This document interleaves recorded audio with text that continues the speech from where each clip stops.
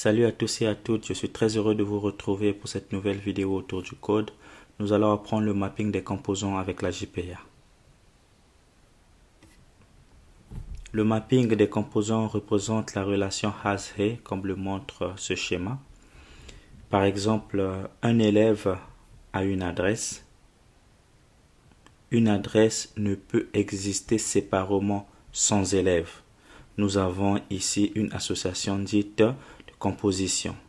Tout simplement parce que l'adresse n'a pas d'existence propre. Comme les deux entités, donc l'entité élève et l'entité adresse sont fortement liées, il est préférable de les stocker dans une seule table.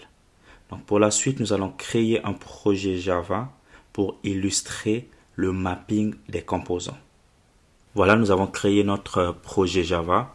Nous avons dans notre projet Java, nous avons une classe élève qui représente l'entité élève ici sur le schéma. Nous avons la classe élève adresse qui représente l'entité adresse sur le schéma. Nous allons commencer par voir le contenu de la classe élève adresse. Notre classe élève adresse, ici nous remarquons une annotation. Donc nous avons la notation embeddable.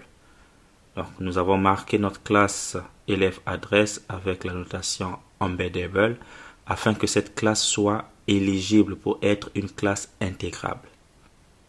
La notation embeddable est utilisée pour spécifier que la classe élève adresse sera utilisée comme un composant. Ici, vous pouvez bien noter que au niveau de cette classe-là, nous n'avons pas de clé primaire propre. Tout simplement parce que cette classe va utiliser la clé primaire de la classe élève. Là, nous allons voir le contenu de notre classe élève. Ici, nous avons la notation @entity qui marque cette classe comme étant un bin entité. Okay. Nous avons la notation @table. Cette annotation fera correspondre la classe avec la base de données correspondante, donc la table élève.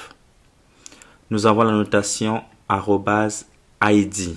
La notation @id marque le champ particulier id de type long comme étant une clé primaire de l'entité. Nous avons ici la notation @generated_value. Cette annotation est utilisée pour spécifier comment la clé primaire doit être générée. Ici, nous avons une stratégie de génération de type identité. Donc, ça implémente l'auto-incrémentation. Nous avons ici la notation @column. Cette notation associe les champs correspondants à leurs colonnes respectives de la base de données. Et enfin, ici, nous avons la notation embedded. Cette annotation-là est utilisée pour spécifier que l'entité élève adresse doit être stockée dans la table élève en tant que composant. Donc, pour la suite, nous allons, au niveau de notre classe principale, écrire un bout de code afin de générer la structure de notre table élève et de constater les données de la classe élève adresse ici, donc le code postal et la rue qui doivent être embarqués au niveau de la table élève. Voilà, nous avons notre point d'entrée de notre application. Nous avons notre classe main ici. Nous avons notre classe myDataSource get myDataSource qui fait appel à la méthode getEntityManager qui nous fournit notre Entity Manager. Nous avons créé une adresse avec des attributs la rue et le code postal. Nous avons créé notre élève.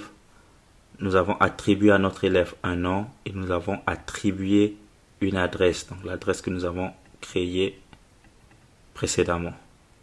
Et après, nous avons utilisé l'Entity Manager pour pouvoir gérer la transaction et persister notre entité en base de données. Donc, nous allons exécuter notre fichier pour constater les données au niveau de notre base ici, Component Mapping. Donc, nous allons exécuter notre application Eclipse Link, qui est notre provider de persistance, va générer, créer le schéma.